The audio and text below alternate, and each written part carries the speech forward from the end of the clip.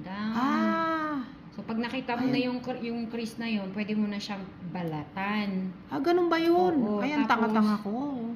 ayan na siya. Continuous lang. Ay, naputol kasi yung area na yun. Pero, ayan na siya. Ah, Ganun lang, Mare. Siyempre, ba't nawawala?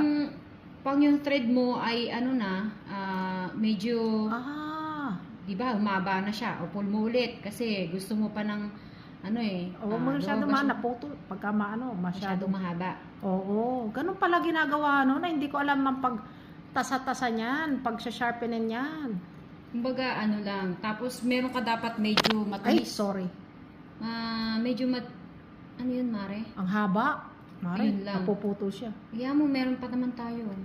Anuin mo lang siya, sharpen mo lang doon. Para pagka i-apply mo siya sa kilay mo, hindi mahirap gamitin. Hihilahin palang ganun. Oo, pababa. Tapos gupitin mo lang siya ngayon kasi